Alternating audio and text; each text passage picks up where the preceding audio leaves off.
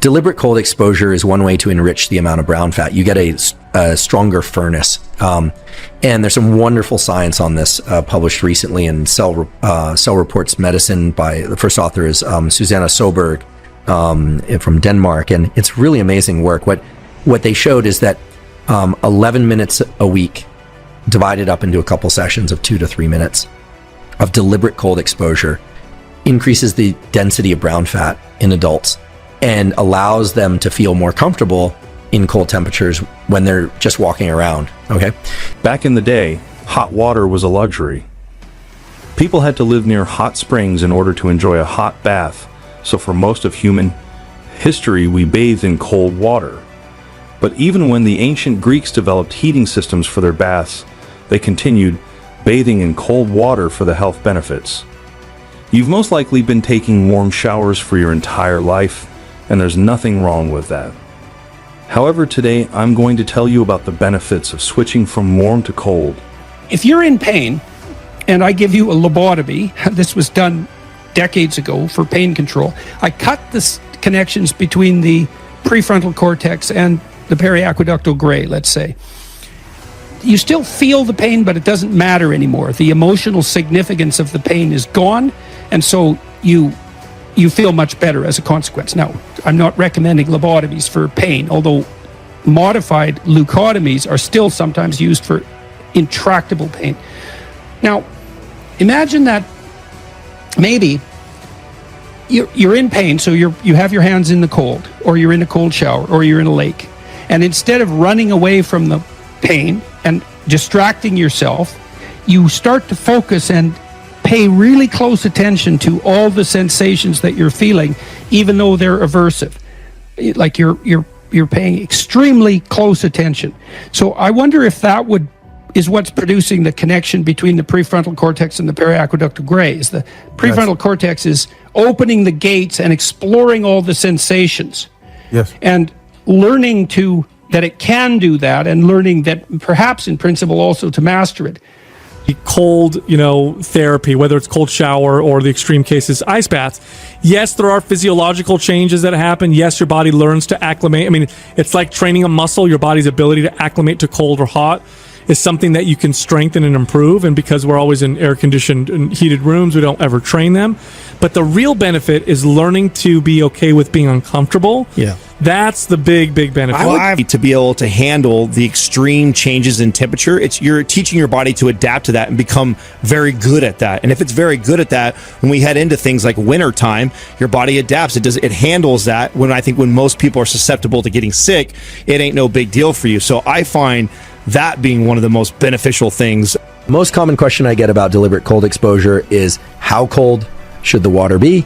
The second most common question I get about deliberate cold exposure is whether or not cold showers are as good, better, or worse than cold water immersion up to the neck.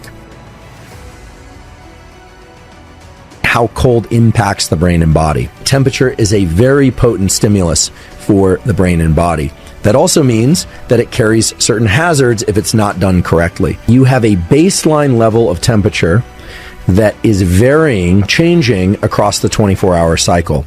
So any use of deliberate cold exposure is going to be superimposed on that rhythm, that circadian rhythm, meaning that 24-hour rhythm. The basic contour of your circadian rhythm in temperature is that approximately 2 hours before the time you wake up is your so-called temperature minimum. So your temperature minimum is a time within the 24-hour cycle when your body temperature is at its lowest. So if you normally wake up around 6 a.m., your temperature minimum is probably about 4 a.m. If you normally wake up at about 7 a.m., your temperature minimum is probably about 5 a.m. It's not exactly 2 hours before your wake-up time. It's approximately 2 hours before your wake-up time. If you have trouble getting up for the day, cold shower is a good cure for your sleepy morning. A change in body temperature sends your body into a slight state of shock, which instantly boosts your alertness and the feeling of being awake. The freezing water is going to get your heart pounding, lungs pumping, and eyes wide open. When you get hit by the cold water, it forces you to start breathing more deeply, and you'll get more oxygen into your body. It's like entering a meditative state. Your heart rate will also increase, and it's going to feel like drinking a cup of coffee. You'll have extra energy to be more productive and tackle the rest of the day. Second benefit is that it can boost your willpower by doing something you are resistant to doing. You make your willpower stronger. So maybe when I'm in the shower and I do the 30-second cold exposure, I should do everything I can to concentrate.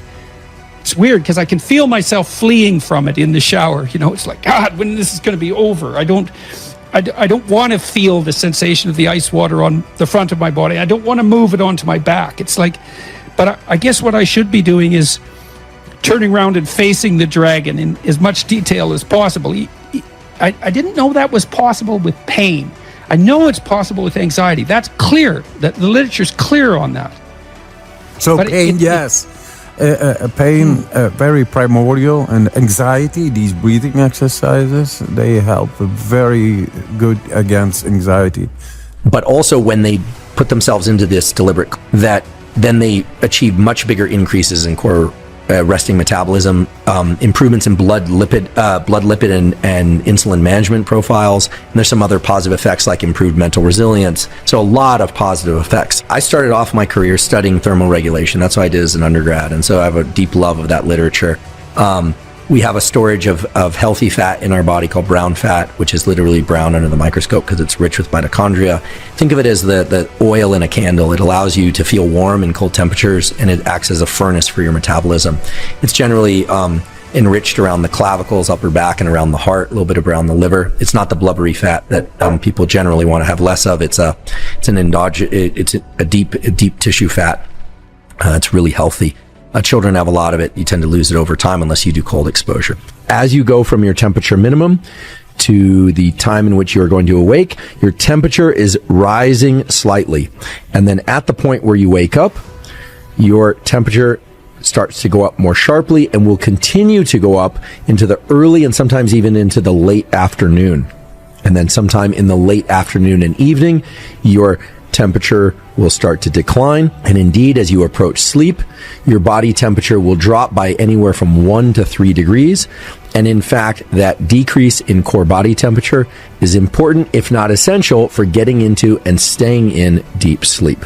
That background, or what we call baseline circadian rhythm in core body temperature, is important to remember because it helps us frame both the effects of deliberate cold exposure, and it helps us frame when you might want to use deliberate cold exposure in order to access specific states. It also points to times within the 24-hour cycle when you might want to avoid using deliberate cold exposure if your primary goal is to get to sleep. To make a muscle bigger and stronger, you have to push yourself to move more weight than the last time. Willpower works the same way. By exposing yourself to something that takes some serious self-discipline, you start building that willpower muscle. And one of the best ways to build it is to do something as hard as taking a cold shower.